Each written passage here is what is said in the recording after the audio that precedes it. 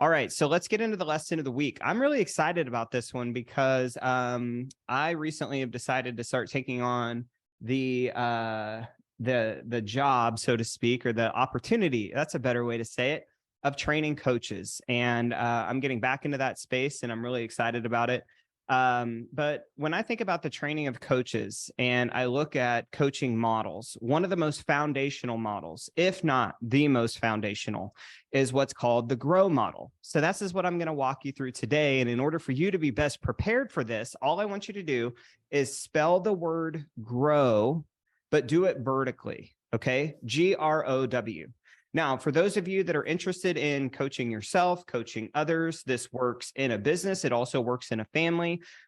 This is just an amazing, amazing model. Now, there are many different takes on it, right? Like what I'm about to share with you is just my perspective of the GROW model. It's not the perspective. And for any of you that are interested in this, I would encourage you to go out and just start searching on it, doing some research on it, because there's so many great perspectives on the GROW model. But the G stands for goal. Okay, so just spell that out, goal. And let's just say that we're talking in the context of a business, right? So what is your goal? And that might be 10 listings in a month. Let's just hang on to that one. Okay, taking 10 listings in 1 month. So that's a very easy question. Another one that you can kind of follow up with that if necessary is, what is the significance of your goal? What is the significance of your goal?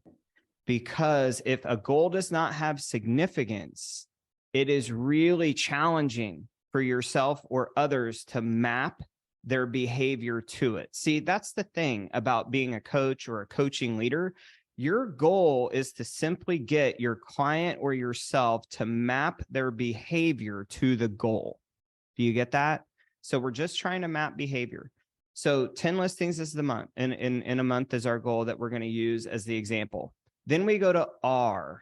R stands for reality. And the question that it asks is, well, where are we? Where are we?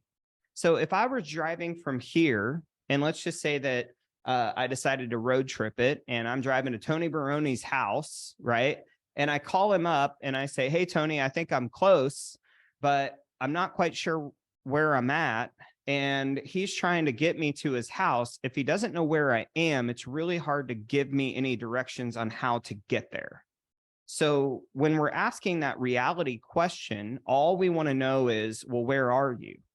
So today is May 15th, right? So if we were on goal, we would have at least 5 listings signed at this point. And the thing that I've come to know about goals, you guys, is you're only in one of 3 spots with them.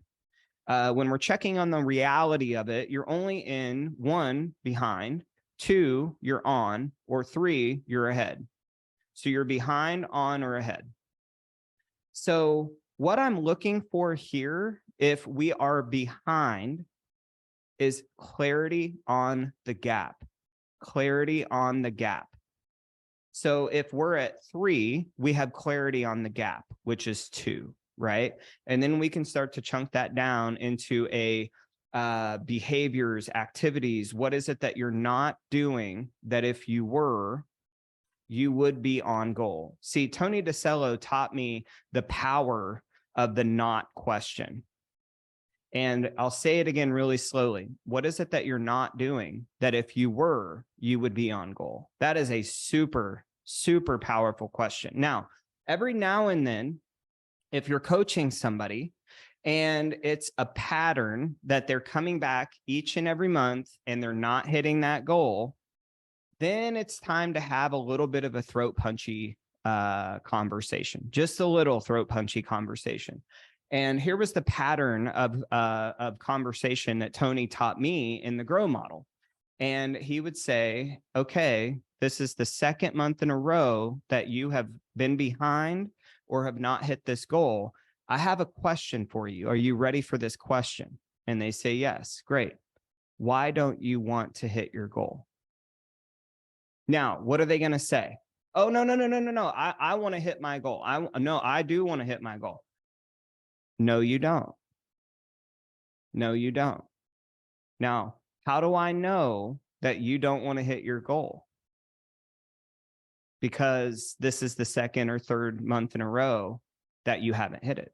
So your actions speak so loudly, I can't hear your words. So right there is another great way to kind of confront them without necessarily making it all about them, like what they're lacking, what they're deficient in. But you can't really allow people to bring their lies and bullshit into this space, because they've already sold themselves on their story. You can't let them sell you on their story. Now, this is tough in the arena of mega agents, because mega agents are expert salespeople, and they can sell themselves on a line of bullshit that quick, and they can sell you on a line of bullshit that quick. So you have to really pay attention and look at the patterns. Now, here's the thing about patterns, you guys, and I know I'm throwing a lot at you, but this will all fit together. It takes 3 of anything to start a pattern. So if I say to you, 2, 4, 6, you know the next number is 8.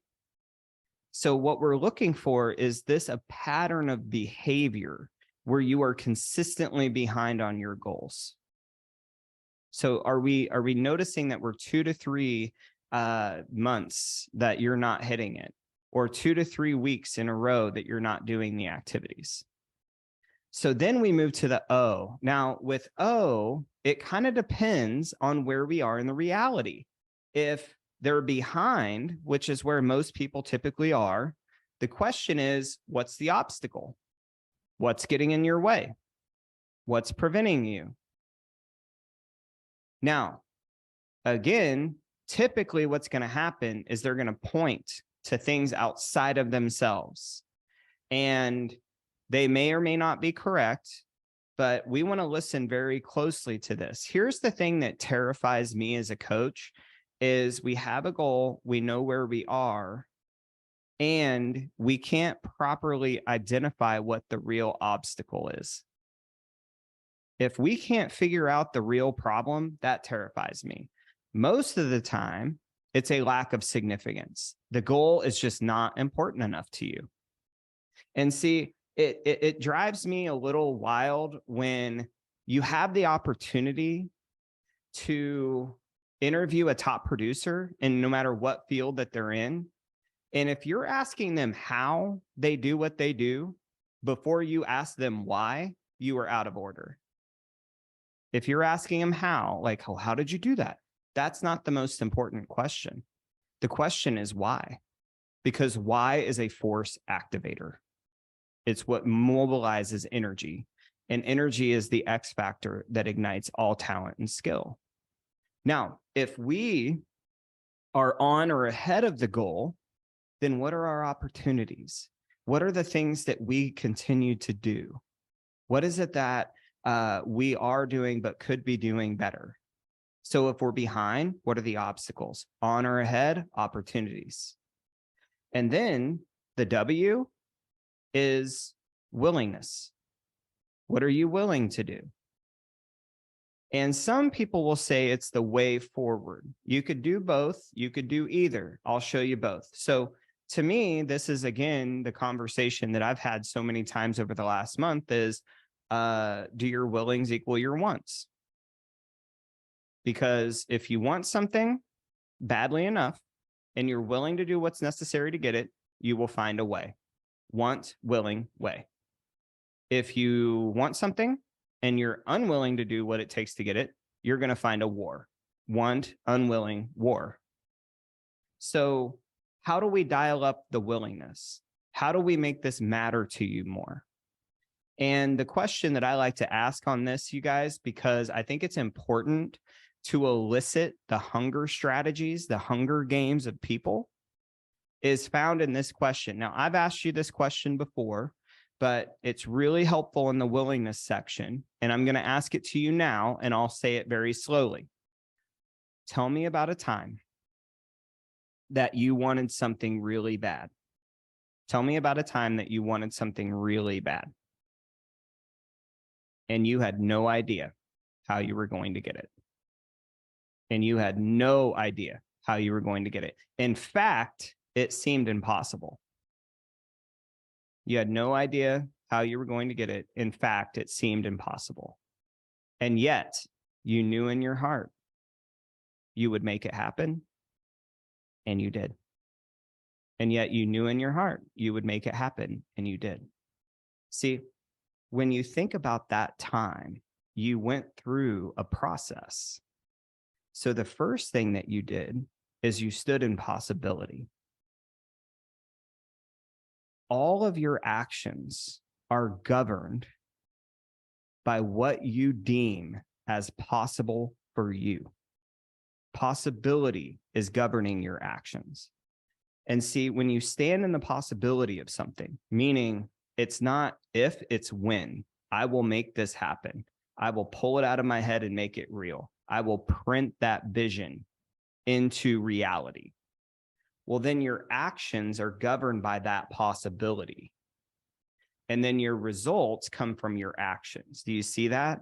So when I say that I'm attempting to elicit your hunger games, your hunger strategy, whenever you went through how you answered that question, you had something that mattered so much to you that you got yourself to follow through. And I'll never forget, and I shared this with all of you the last time I talked about this question.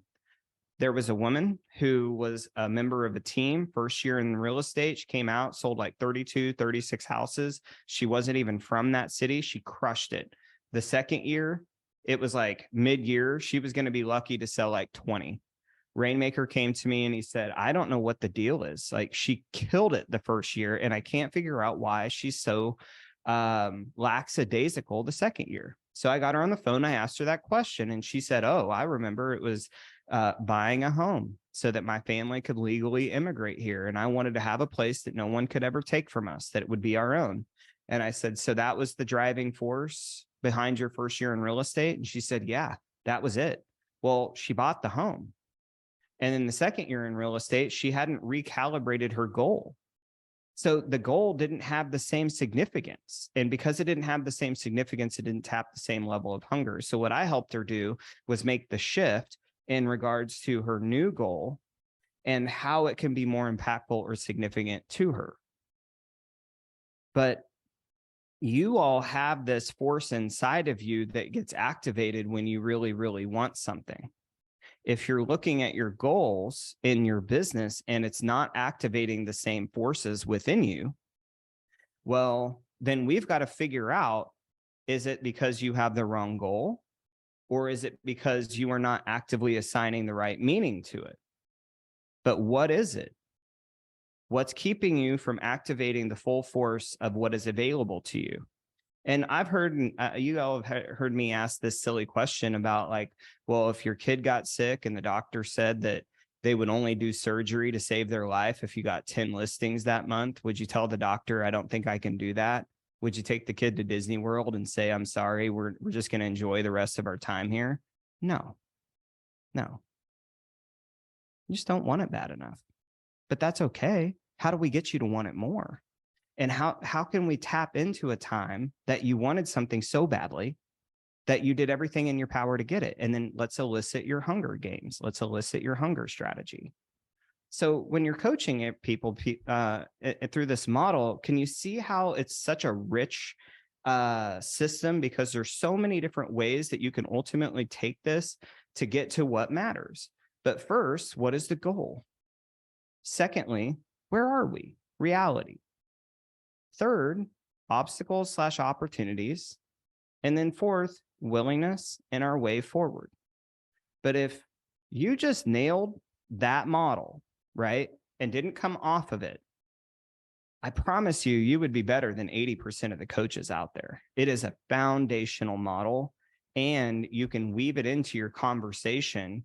It's the same idea, but it's going to wear new clothing if you're using the right metaphors, the right questions, and you're being really thoughtful in your approach.